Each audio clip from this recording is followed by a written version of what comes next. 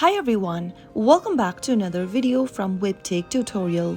In today's episode, I'm going to be showing you how to delete Imprint account. If you are looking for a way to get rid of your Imprint account and all of its databases, then here is how you can do it. Open up the Imprint app to get started. Now, locate your profile icon at the top right corner and tap on it. From the account details page, tap on Delete Account in red at the bottom. When you delete your account, your progress, library, saved cards will be removed from the servers, but deleting your account will not cancel your subscription if you have one. Before deleting your account, make sure to cancel your subscription. In order to do that, tap on the Manage Subscriptions option and make sure to cancel your subscription first. Once you've done that, you can proceed to delete your account by tapping Delete. Follow through the prompts, and then you might also need to log in by entering your account's details, and once you are done with it, you will be able to delete your account. So that is how it's easily done. If you found the video to be helpful,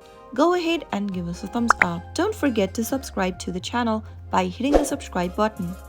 Also, press on the bell icon so that you'll never miss another upcoming upload from us. I will see you again in the next video.